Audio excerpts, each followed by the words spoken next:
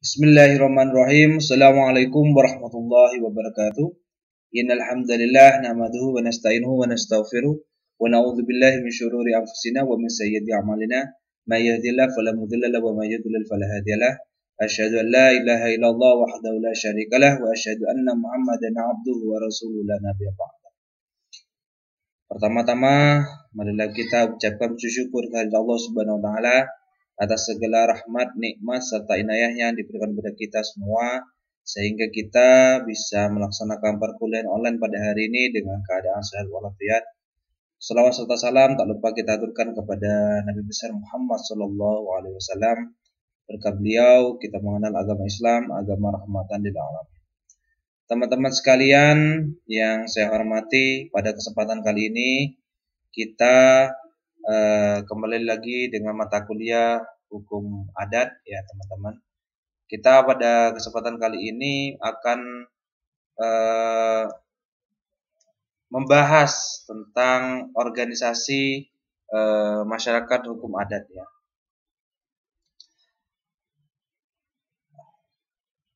Di beberapa pertemuan kemarin kita telah membahas tentang masyarakat hukum adat. Sekarang kita akan berbicara tentang organisasi masyarakat hukum adat itu sendiri. Yang pertama tentang persekutuan hukum ya. Jadi dalam beberapa kepustakaan tentang masyarakat hukum adat dibedakan menjadi persekutuan hukum adat. Perbedaan ini terletak pada sifat pengertiannya ya. Masyarakat hukum adat mengandung pengertian yang bersifat umum dan luas. Misalnya masyarakat hukum adat Batak, Minangkabau, Arus Sunda, Jawa, Bali dan lain-lain. Namun dalam persekutuan hukum adat mengandung pengertian yang bersifat khusus dan lebih sempit ya. Contohnya persekutuan hukum adat kekerabatan, ketetanggaan atau keorganisasian. Jadi persekutuan hukum adat juga bisa dilihat dari lingkungan masyarakatnya. Misalnya untuk masyarakat hukum adat Minangkabau disebut persekutuan hukum adat Bodi Kaniagu begitu, dan Koto Pilang pesisir ataupun persekutuan hukum adat perpaduan pesisir di Lampung ya. Kalau teman-teman dari Lampung pasti sudah mengerti tentang hal ini. Dalam beberapa kehidupan yang berkembang maju ya, seperti halnya masyarakat yang pada saat ini ya teman-teman sekalian, bahwa seseorang sebagai anggota masyarakat tidak hanya terikat pada satu keorganisasian atau keanggotaan persekutuan saja, melainkan lebih dari kesatuan sebuah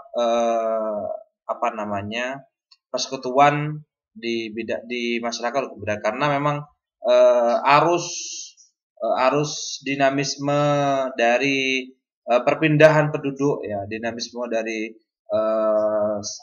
perkawinan eksogami dan yang lainnya yang mengakibatkan persekutuan menjadi lebih banyak begitu. Artinya kadang seperti halnya orang Madura melakukan eksogami, melakukan perkawinan antar adat antara Madura dan Jawa sehingga menghasilkan beberapa persekutuan ya.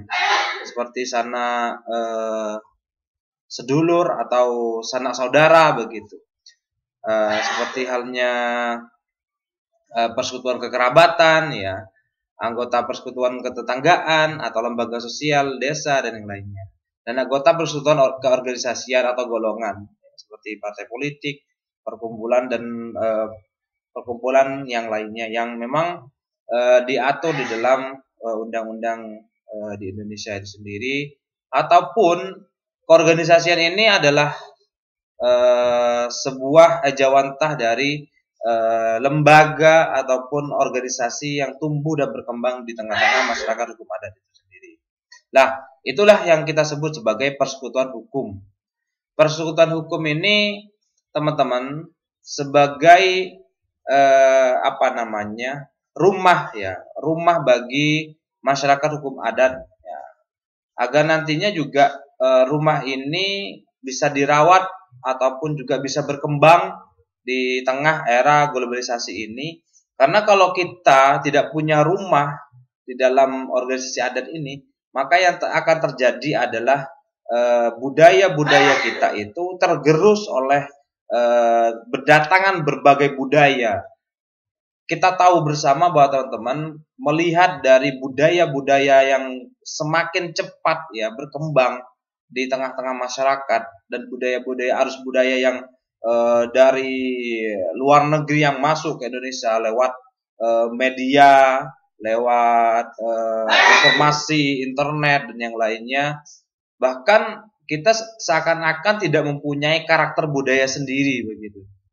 Maka dari itu diperlukanlah sebuah persekutuan hukum di masyarakat hukum adat itu sendiri, agar nanti untuk saling menguatkan kebudayaan kita ini, agar tidak, meskipun secara harfiahnya juga mengatur tentang ketentuan-ketentuan hukum yang memang seyogyanya harus kita memang melestarikan dan menjalankan ketentuan-ketentuan hukum adat yang memang telah ada begitu, untuk kepada beberapa suku-suku atau golongan-golongan yang memang beragam di negara kita Indonesia. Karena kita ketahui ribuan adat dan suku yang ada di Indonesia. Selanjutnya kita berbicara tentang bentuk-bentuk persekutuan hukum dan sistem pemerintahannya. Persekutuan hukum dibedakan menjadi 3, teman-teman. Yang pertama, persekutuan kekerabatan, sesuai dengan saya jelaskan tadi, meliputi dari kekeluargaan, kerabat, dan marga. Keluarga, kerabat, dan marga ini merupakan sebuah contoh bahwa masyarakat hukum adat itu sangat kental terhadap garis keturunan. Baik nantinya itu garis keturunan patrilineal, matrilineal, ataupun parental sekali. Jadi persekutuan kekerabatannya yaitu bentuk-bentuk hubungan kekerabatan yang terjadi karena ikatan darah atau genealogis ya teman-teman, yang berdasarkan keturunan melalui garis ayah ataupun kita sebut patrilineal, melalui garis ibu matrilineal, atau juga melalui garis kedua orang tua parental atau bilateral ya. Termasuk dalam hubungan kekerabatan ini adalah anggota-anggota kerabat yang terjadi karena hubungan perkawinan. Jadi hubungan kerabat itu bisa menjadi karena adanya hubungan perkawinan. Antar saudara itu menjadi ikatan kepada satu keluarga dengan keluarga yang lainnya, sehingga menjadi hubungan kekerabatan, baik seperti ipar, baik seperti halnya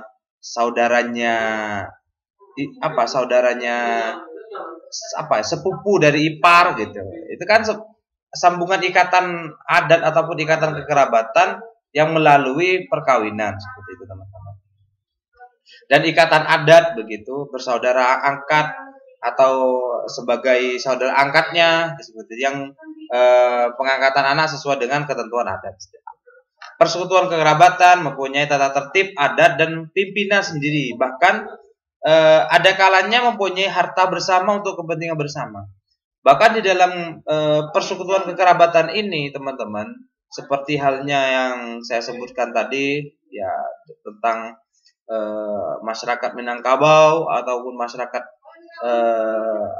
yang lainnya, seperti di Bali dan di beberapa daerah yang lain, persekutuan itu bahkan memiliki sebuah harta kekayaan bersama begitu, harta kekayaan kerabat yang mana sebagai nantinya bisa dipakai bersama untuk menanggulangi beberapa kekurangan, bahkan bisa membuat kegiatan-kegiatan yang untuk khusus sebagai pelestarian budaya ataupun saling membantu kekerabatan. Itu ada itu.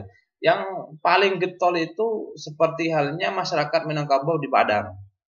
Saya tahu betul bahwa masyarakat Minang yang berada dimanapun pasti ada lembaga dan organisasi kekerabatan.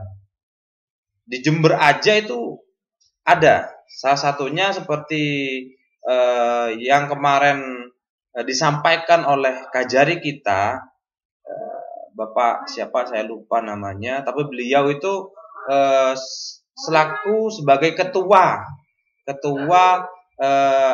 ketua organisasi kerabatan yang ada di Kabupaten Jember dari keluarga Minang, begitu. Dari keluarga Minang. Dan beliau pernah mengangkat sebuah buku terkait tentang keluarga Minang, seperti itu. Itu pun juga nyambung dengan beberapa keluarga-keluarga yang lainnya, gitu. Meskipun tidak sedarah ataupun tidak ada hubungan kekerabatan antar karena adanya perkawinan, namun dibentuk sebuah organisasi itu untuk saling saling rasa, saling memiliki, menumbuhkan ikatan karena berdasarkan dari daerah yang sama. Di Indonesia, teman-teman, ada 3 contoh daerah yang menganut sistem persekutuan kekerabatan.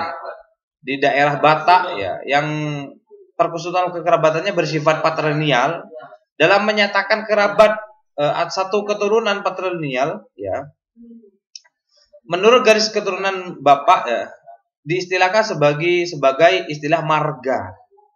Marga Sitahorang ya, marga Hutabea, Hutasoid, Hutajulu, Hutagoro, marga berbagai macam keluarga marga ya, seperti juga marga yang nama dari leluhur ya, ataupun uyut sebarang begitu ya. Seperti kalau di daerah Sumatera itu Pangabean begitu.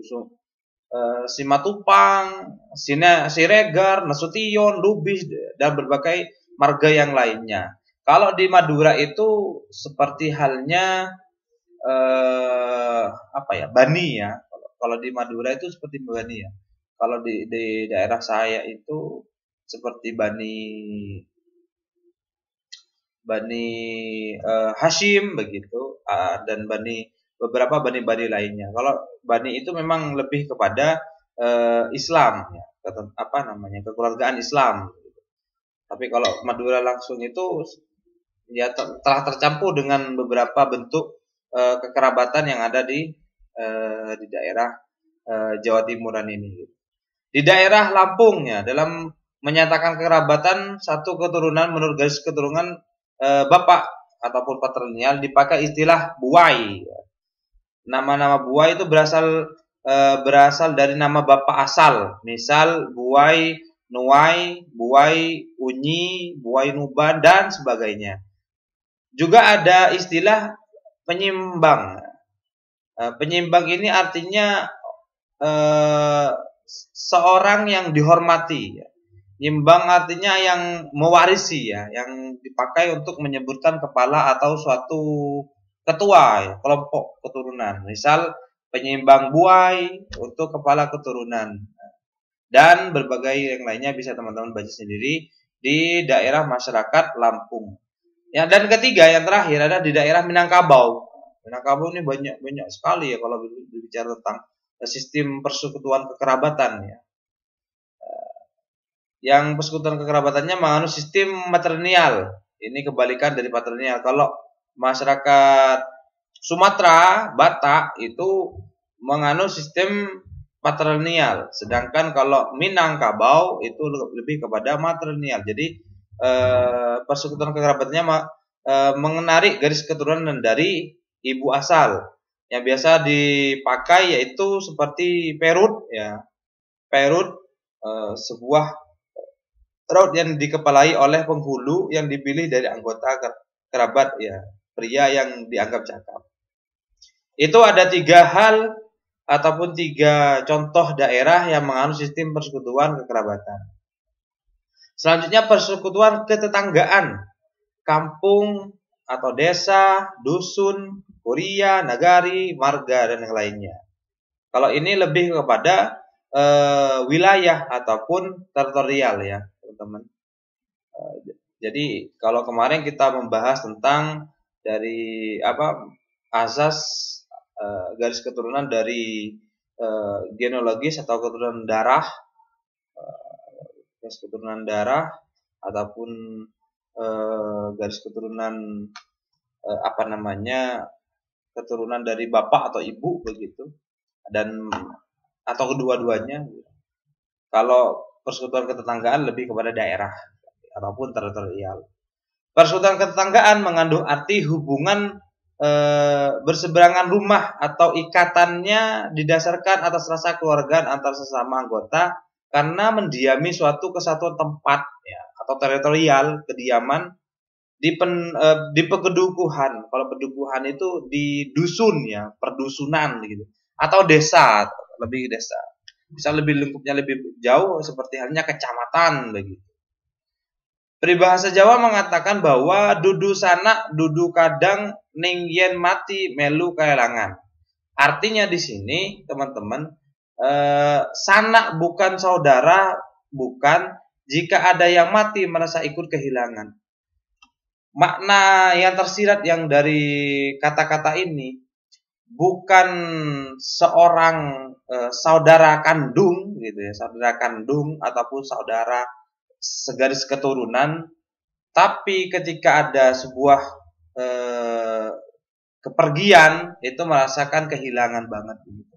Artinya memang ini sebuah peribahasa yang menunjukkan bahwa orang Jawa utamanya itu sangat menghormati ketetanggaan begitu. Artinya sangat melindungi tetangga satu dengan yang lainnya, dan memang tetangga ini merupakan hal yang sangat kita banyak temui meskipun dia bukan saudara kita, namun saling bekerja sama atas satu sama lainnya ketika ada hajatan, saling membantu, ada perbaikan rumah, membantu, gotong royong begitu. Tapi bukan saudara kandung ataupun enggak secara garis keturunan, namun bisa menjadi saudara ketetanggaan begitu. Kita sebut sebagai persekutuan ketetanggaan gitu. Nah, teman-teman sekalian, dalam kepribadian di dalam ketetanggaan ini, asas tolong menolong tanpa melihat adanya hubungan keluargaan ini, kesukuan, keagamaan atau golongan lainnya, itu sangat kuat sekali, dan ini sangat benar-benar dijaga di dalam hubungan ketetanggaan atau persekutuan ketetanggaan gitu. Di mana bentuk persekutuan ketetanggaan dibedakan menjadi dua, teman-teman, yaitu persekutuan yang organisasi kemasyarakatan berdasarkan kesatuan wilayah atau semata-mata dari teritorial ya, dan persekutuan yang organisasi kemasyarakatan berdasarkan kesatuan wilayah dan kesatuan keturunan atau kekerabatan, atau kita sebut sebagai territorial genealogis atau perpaduan dari daerah atau wilayah dan keturunan darah gitu. Persekutuan yang semata-mata bersifat teritorial seperti munasah dan gampong yang dipakai dalam Imun dan Gecik di Aceh ya. Dusun yang dipakai oleh Kiro di Sumatera Selatan, ataupun pedukuhan yang dipakai di desa di daerah Jawa, daerah Bali ya. Itu bisa dusun, desa, lurah gitu, Jawa dan Bali. Persekutuan yang bersifat teritorial ya, seperti Hua di Batak ataupun Kampuang di Minangkabau yang dipakai oleh penghulu ya. Yang mana memang ini merupakan bentuk dari persekutuannya.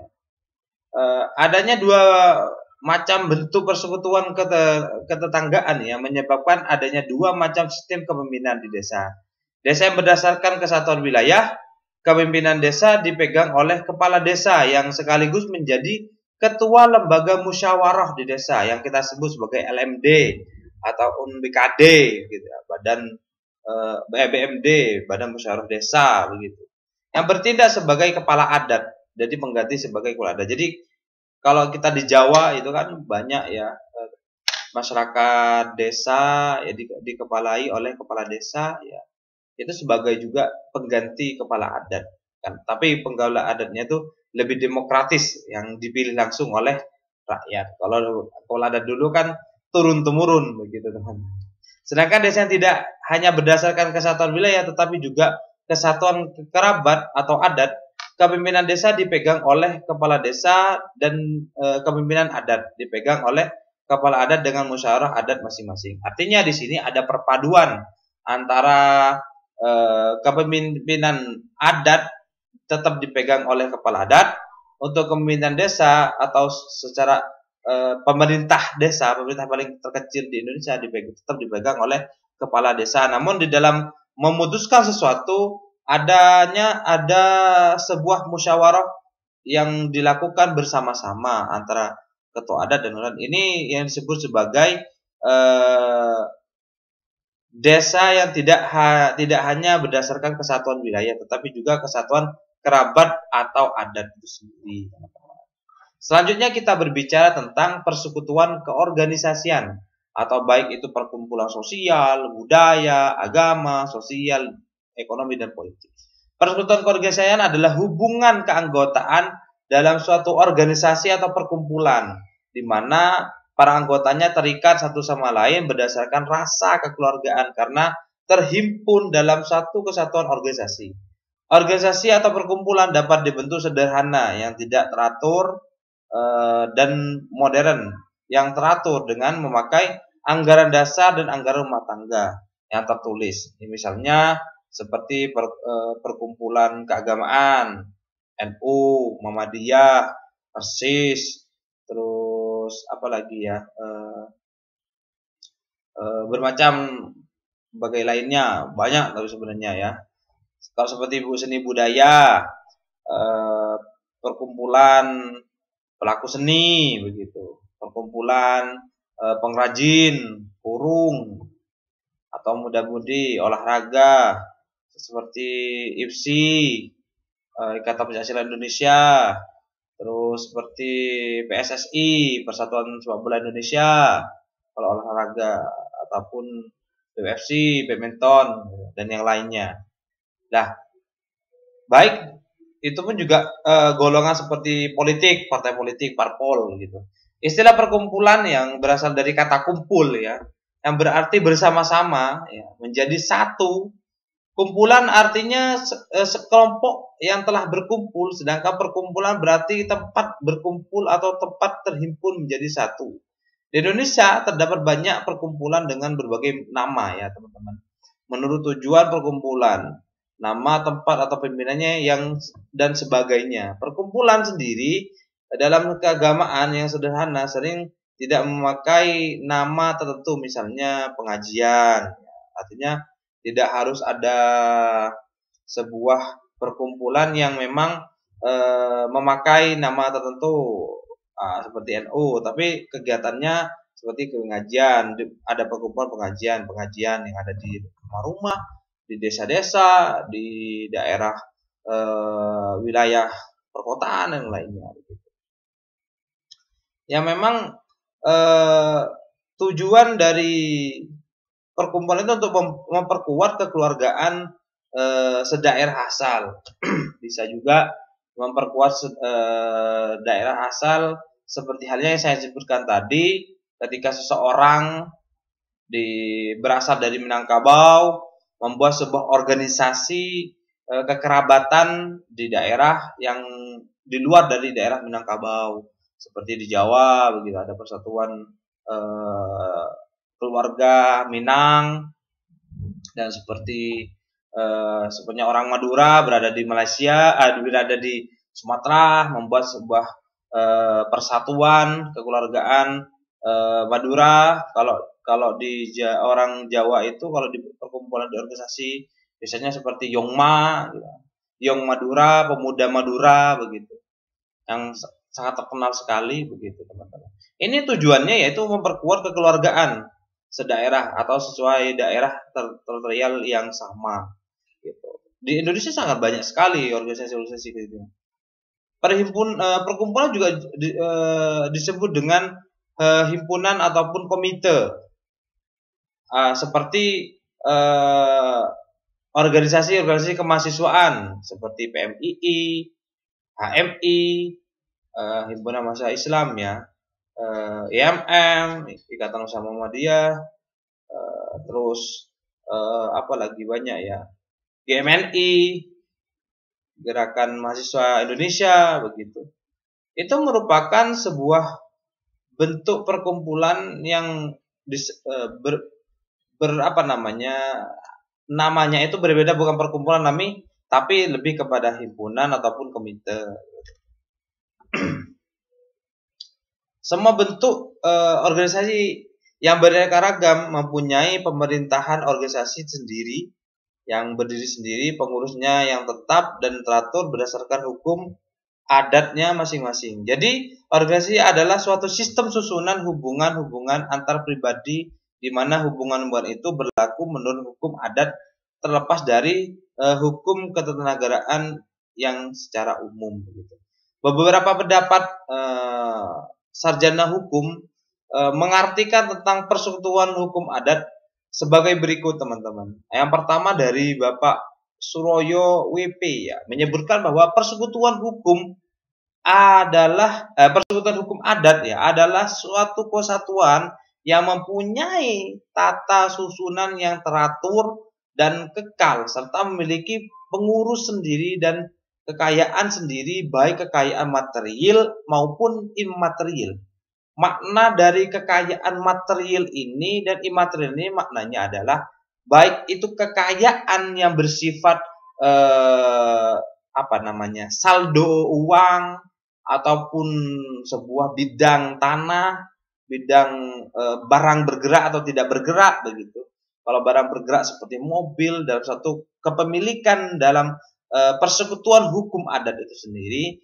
Kalau imaterial ini bisa dimaknai sebagai kekayaan budaya dari persekutuan adat tersebut, seperti persekutuan hukum adat Batak begitu, mempunyai kebudayaan sendiri yang memang menjadi khas dari marga Batak, seperti Hutapea tadi kan bilang gitu. Seperti itu yang memang menjadi kekayaan tersendiri, marganya itu mempunyai kekayaan sendiri yang memang tidak bisa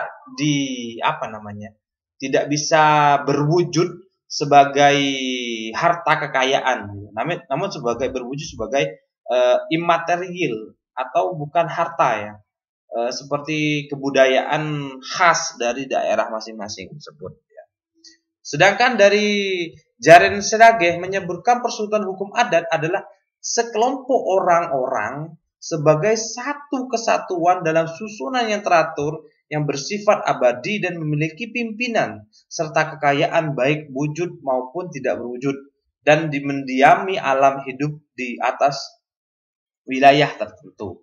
Artinya kalau Jaren Serageh ini menyebutkan persekutuan itu adalah sebuah sekelompok orang yang memiliki satu kesatuan dan susunan yang teratur, yang bersifat abadi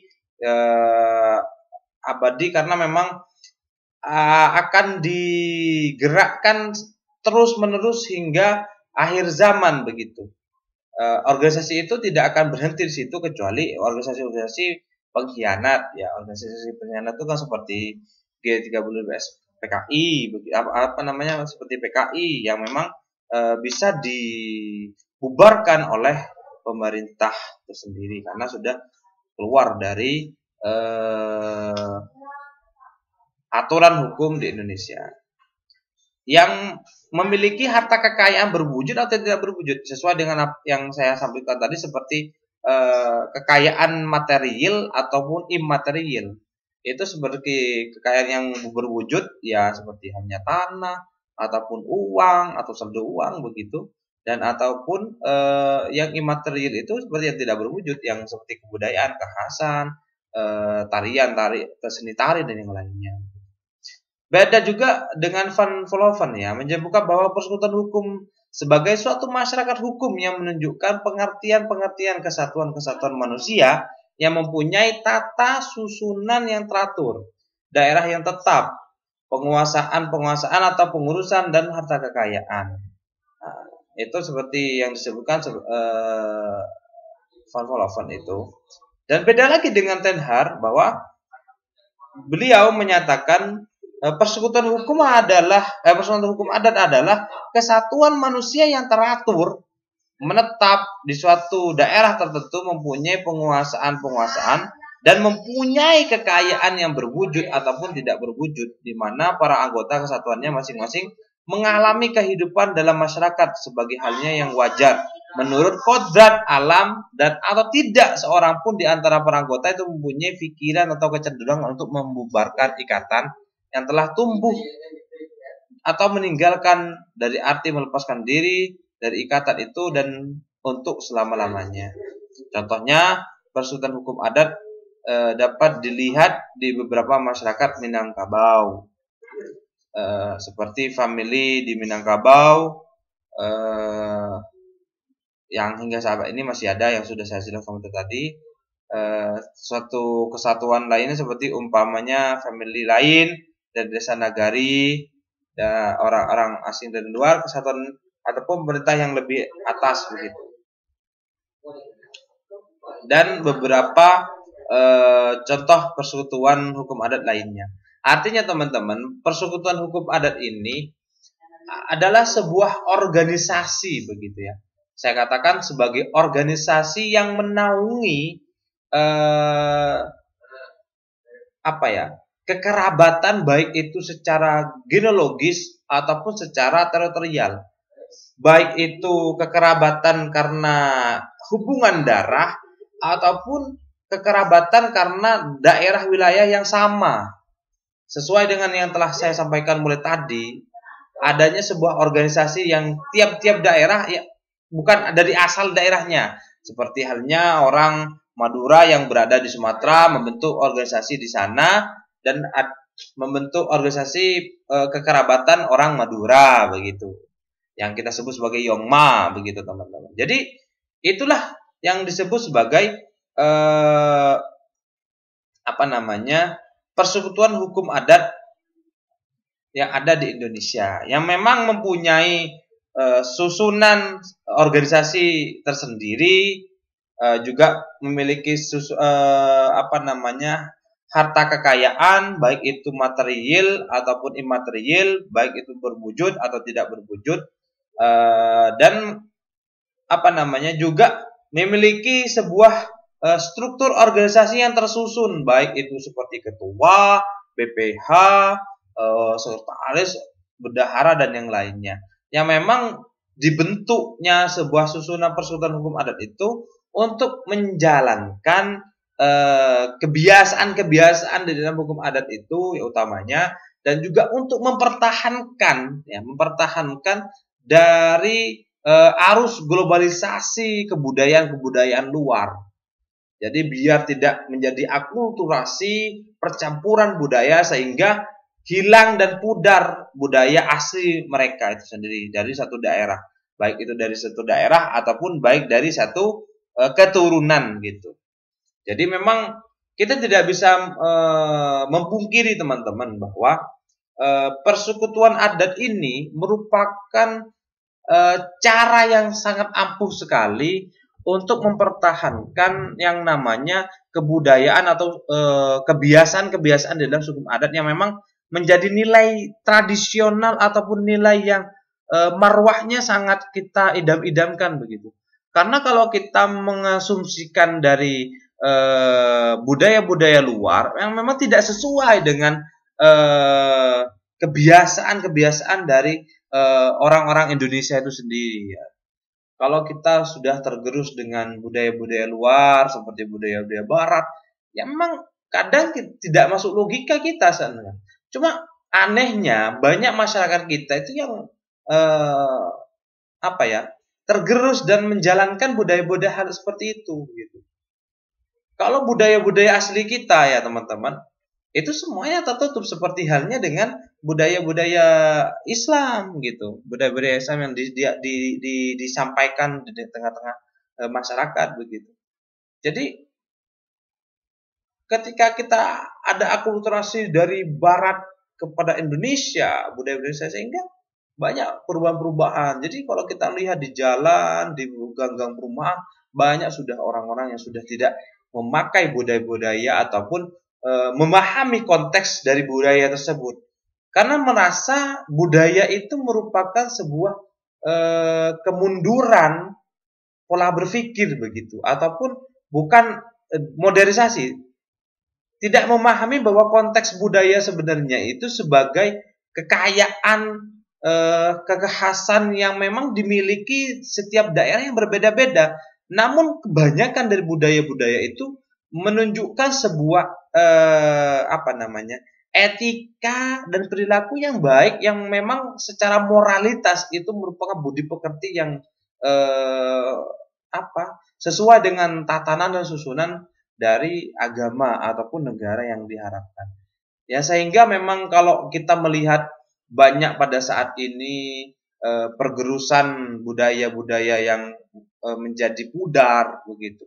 Ya, itu karena adanya akulturasi dari dunia modern dengan tidak mempertahankan budaya yang dia miliki, yang menjadi suatu hal kerugian bagi kita. Kita tidak tahu jati diri kita sebenarnya. Seandainya kita memahami konteks jati diri kita dari mana dan suku kita bagaimana, pasti kita akan lebih belajar bahwa adanya budaya ini merupakan sebuah progres untuk memanusiakan manusia sebenarnya, bukan malah menjadi sebuah kemunduran ataupun menjadi sebuah kekatroan menurut pandangan orang-orang pada saat ini. Karena budaya yang kita miliki merupakan sebuah kebiasaan-kebiasaan yang memang turun-temurun, namun mempunyai sebuah etika ataupun moral yang sangat tinggi begitu, yang memang untuk memanusiakan manusia begitu. Bahkan sebelum adanya akulturasi dari budaya-budaya agama, budaya dari suku ataupun daerah kita itu sudah mengajarkan tentang moralitas, tentang etika, dan mengajarkan tentang bagaimana kita memanusiakan manusia itu sendiri. Maka jangan sampai salah kaprah bahwa budaya itu merupakan penghambat kemajuan modernisasi. Namun budaya inilah menjadikan jati diri kita sebagai warga negara Indonesia yang memiliki kekayaan yang tinggi, baik di bidang kekayaan alam, sumber daya alam, ataupun sumber manusianya dalam akulturasi budaya dan dalam kebudayaan yang memang tidak dimiliki oleh berbagai negara yang lainnya. Maka dari itu teman-teman harus bersama-sama mempertahankan budaya-budaya yang ada di negara Indonesia ini sebagai bagian yang tidak bisa terpisahkan dari negara kita Indonesia. Oke, itu saja yang bisa saya sampaikan teman-teman terkait tentang organisasi masyarakat hukum adat, baik tentang persekutuan hukum, baik tentang bentuk-bentuk persekutuan hukum dan sistem pemerintahannya, baik nanti persekutuan hukum kekerabatan, keluarga, marga, dan persekutuan ketetanggaan, baik dari kampung halaman, dusun, desa, dan yang lainnya. Dan persekutuan keorganisasian, baik itu nantinya persekutuan sebuah perkumpulan organisasi adat itu sendiri, ataupun organisasi-organisasi sosial, keagamaan lainnya yang ada di Indonesia. Itu sebuah hal sebagai pelestarian kebudayaan ataupun adat istiadat yang ada di Indonesia. Meskipun persekutuan itu sebenarnya sejatinya dibuat untuk tetap mempertahankan adat dan budaya yang kita miliki di Indonesia. Oke, itu saja yang bisa saya sampaikan teman-teman. Kurang lebihnya saya mohon maaf. Wallahu muwaffiq ila aqwamit thoriq. Wassalamualaikum warahmatullahi wabarakatuh.